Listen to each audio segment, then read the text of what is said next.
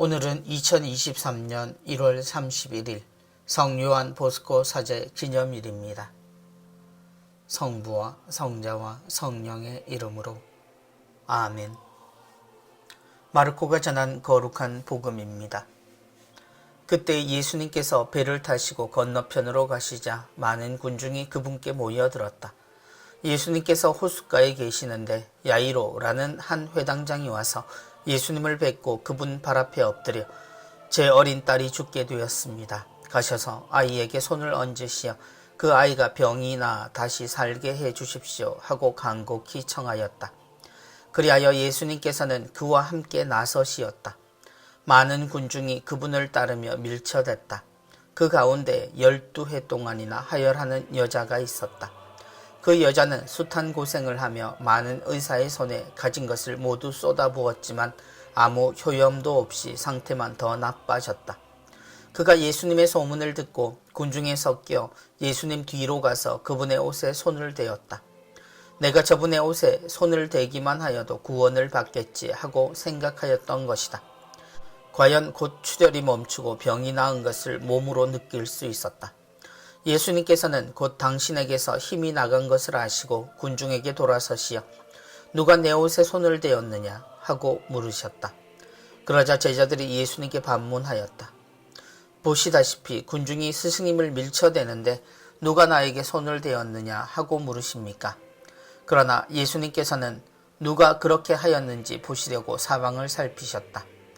그 부인은 자기에게 일어난 일을 알았기 때문에 두려워 떨며 나와서 예수님 앞에 엎드려 사실대로 다 아뢰었다. 그러자 예수님께서 그 여자에게 이르셨다. 딸아, 내 믿음이 너를 구원하였다. 평안히 가거라. 그리고 병에서 벗어나 건강해져라.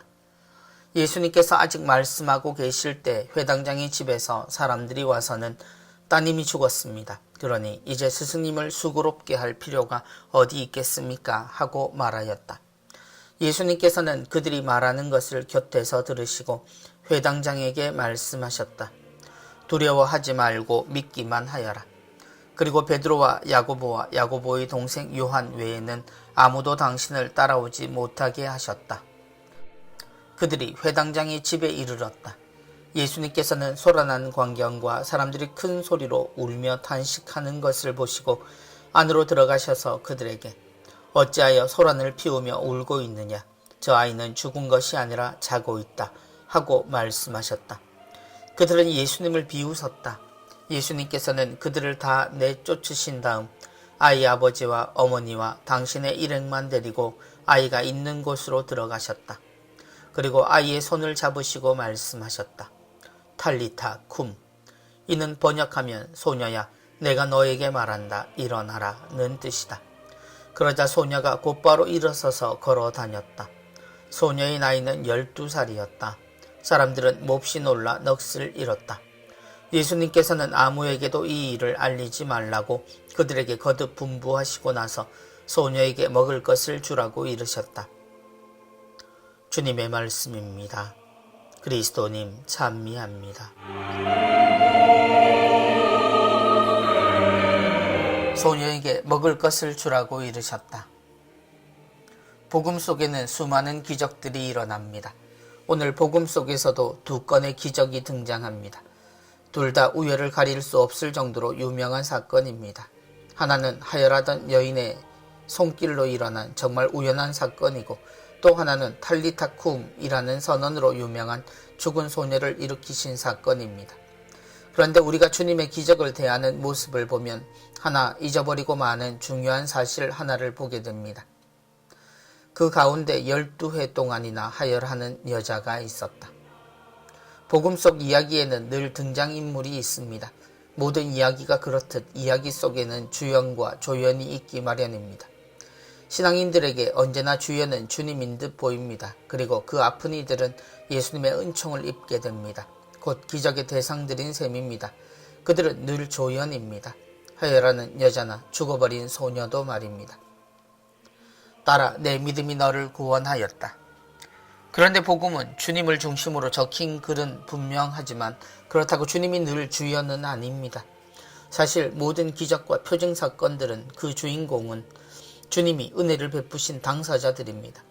적어도 주님은 그들을 이야기 속 주인공으로 대하고 계시고 우리가 본받아야 하는 것이 주님이라면 우리에게도 이들은 당연 주인공이 되어야 합니다.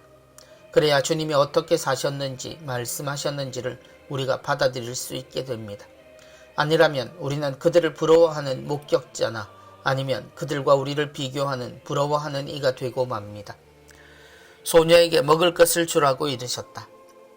주님을 중심으로 복음을 보는 태도는 중요하지만 그 속에서 주님의 시선을 가져보지 않는다면 우리는 주님의 마음을 헤아릴 수 없게 됩니다. 주님을 우리가 구세주라고 말하는 것은 주님의 능력으로 우리가 구원된다는 의미만을 말하지 않습니다. 우리에게 오신 주님은 언제나 우리가 당신을 따라 서로 사랑하라고 말씀하셨고 그래서 그분의 인생이 우리 모두에게 교훈이 되는 최소와 최저의 삶을 사셨기 때문입니다.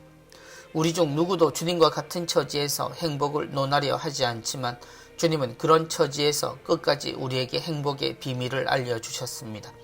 그래서 우리는 잊지 말고 주님의 눈높이와 주님의 마음 높이에서 복음을 살펴볼 이유가 있습니다. 하느님은 우리가 생각할 수도 없는 창조주이시지만 사람이 되셨을 때는 정말 사람이셨기 때문입니다.